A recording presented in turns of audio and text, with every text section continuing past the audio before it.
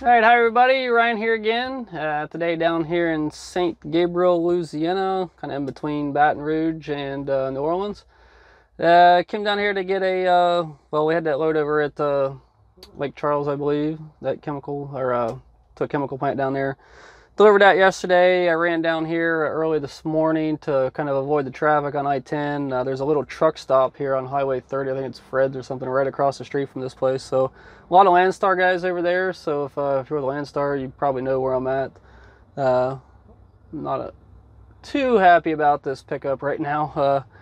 I sat out there and waited for like a half hour for somebody to come and get me. I had actually had to go back in and see what's going on. Now I guess everybody's they're not too motivated to do any work down here. I don't think so. The people weren't very friendly, and and then I think in the last hour, 15 minutes, I think they've been in my trailer twice or so.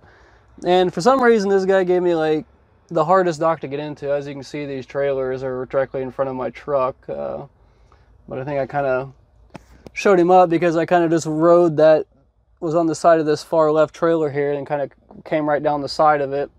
And then as I came around, I cut it over, then cut it back around, then went straight into the dock and didn't even have to pull up. So hopefully that maybe ruined their day. Like I said, I don't know why. There was like other docks all over the place where I could have just whipped it around and pulled straight in, straight back. So it is what it is. So what I wanted to talk to you guys about today, I've heard we got a lot of questions stuff. I get some about detention here at Landstar. So I just wanted to kind of do a short video on that and kind of answer some of the questions. So first of all, detention time at Landstar, there's not like an across the board rate or time. I know when I was at Snyder as an owner operator, and my dad went back, is working for them now as owner operator, and most of their accounts are 2 hours, and I think you get $15 an hour, which isn't really worth it. So I mean, if you're that greedy, then you might as well just keep it.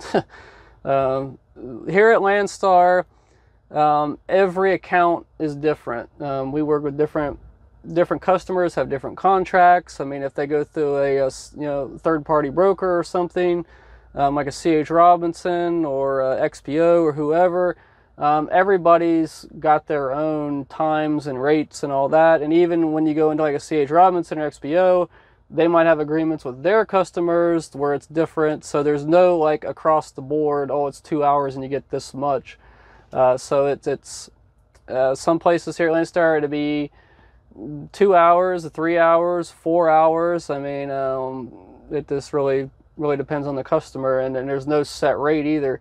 I did a Best Buy load out of Long Beach, California, that went up to upstate New York. A little bit, it was out on 86 there, a little bit, there's a Best Buy distribution center up there a little bit west of Binghamton, and I went up there, and this was like a $5 million load of electronics, and it took them like 6 hours to load me out there in Long Beach, because they didn't have everything ready and all that, but I ended up doing a 10-hour break in the dock there, so they let me stay there and do that. So I didn't make a big fuss out of it because I wanted to do a 10-hour break and drive out of Los Angeles in the middle of the night anyway, so it kind of worked out that I could stay there on site and they didn't run me off because I kind of felt bad that it took so long to load it. So I didn't make a big fuss about that because it kind of worked out in my favor. And that's kind of the way well, let me finish this thought first. So I got that load, and I get out there to the Best Buy DC there in upstate New York. So I can't remember the name of the town, the little town where it was at. But it took them a long time. It took them like 6.5, 7 hours to unload this load, because they had to, since it was such a high value load, they had to like inventory every item. And I guess when they loaded it, they had everything all mixed up, and there wasn't no ordered anything, so it was kind of a big mess. But I didn't have a load that day. I didn't have anything to do, so I ended up getting, it took them like 7 hours, and I was able to sit there for another hour to get an 8-hour break-in, sleeper break, and so it kind of reset my time. Then I went down the road to another truck stop, and I found a load that night that I picked up, so it kind of worked out.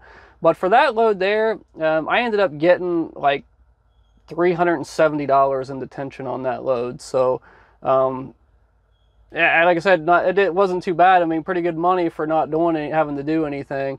Now they do take the regular percentage out of that detention, the 65% and all that. So you don't, if it's $50 an hour or whatever, you're not going to get $50. You're going to get 65% of that, which is 35-ish roughly, I guess. Just throwing that up top of my head. So again, and the other thing with detention at Landstar is that you don't get that money. You're not going to get it on that settlement of when you get the load. You're not going to get it until the customer pays. So it could be 30 days or 45 days, and you'll just see that detention money pop up on your settlement later down the road. I mean, it might be 2 weeks, but typically they're 2 to 6 weeks out before you actually get that money. Now the one thing with detention, you got to, I would always have something in writing, like send, have an email. I would always call like an hour, I mean, depending on the account, like when you get like 50, if it's 2-hour detention, I'd be giving the agent a call at, oh, they're bouncing me around a little bit here. I'd be giving the agent a call at about an hour and 45 minutes or so and let them know like, hey, I'm coming up on 2 hours. Then sometimes they'll call and do something. I mean, I'd rather get in and get loaded and get on my way than sit there on detention, because it's not what I planned for. Most places I plan for about 2 hours of being there, and a lot of times I'm usually out in 45 minutes or an hour, and that's what I like. I mean, I'd rather have my time and continue on with my plans than worry about $50 or $100 in detention. It's just it's more important to me to stay on schedule and keep doing what I'm doing. So like I said, with that, just keep in mind, you're not going to get it on that settlement. It's going to come in after the bill clears with the customer. But the one thing, I would always get your times and all that on the bills with the customer or whatever. Make sure they mark the times if you're into a detention area or situation. And I always like to email or text message the agent that I'm dealing with, just to make sure there's a paper trail with that. And then after you submit your paperwork and all that, and the agent does it like the next day, you can get onto the LOSM website, which I need to do a whole video on that. For those of you that know what LOSM is, it's kind of like the system that everything at Landstar works off of. It has, you can get on there and actually see all your freight bills, and the freight bills that the agent submits that goes to the customer, and that'll show like if you're going to get detention or not. So they might, oh yeah, you're getting this much detention. Well, if you go in after the freight bill's cleared on LOSM, if there's no detention on that freight bill that they've submitted, you're not going to get any detention. So that's always good to go in there and check after the fact, but it's good to have a paper trail as well, so keep those in mind. Now, the other thing with detention, a lot of guys like, okay, it's a 2-hour detention, and they're like, okay, you're there for 2 hours and 15 minutes. Everybody, oh, I want my 15 minutes and this and that. Like, guys, you got to look at it from the agent's perspective. I mean, they're trying to keep a good rapport with these customers and all that.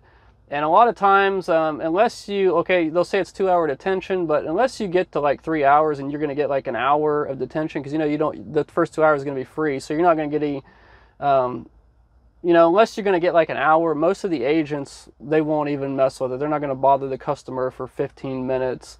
So unless you're going to get over an hour or more, my stance is just kind of just suck it up and deal with it. I mean, unfortunately, because like I said, a lot of these agents, they're not going to go to bat for 15 or 20, even 30 minutes most of the time. So, I mean, usually unless it's over an hour. And like I said, you got to look at it from their perspective. I mean, you're going to nitpick. I mean, okay, if they're going through like a third-party broker or something, maybe. But if it's one of their Landstar customers, they're not going to want to like kind of sour their relationship, over 15 minutes or something, or $10 or whatever. So it's just you kind of pick and choose your battles is kind of what I'm getting at. So I think that's pretty much everything. I don't think I'm leaving anything out. I hope I'm not. If I am, I'm sure somebody will pick that up and comment, so we'll get it out there. But that's pretty much it on detention, guys. Like I said, there's like no overall you get this much or $20 for 2 hours. No, it doesn't. It depends on the customer and all that. And it can range from anything, and some stuff, there's some customers that just you're not going to get, it doesn't matter if you're there for 5 hours.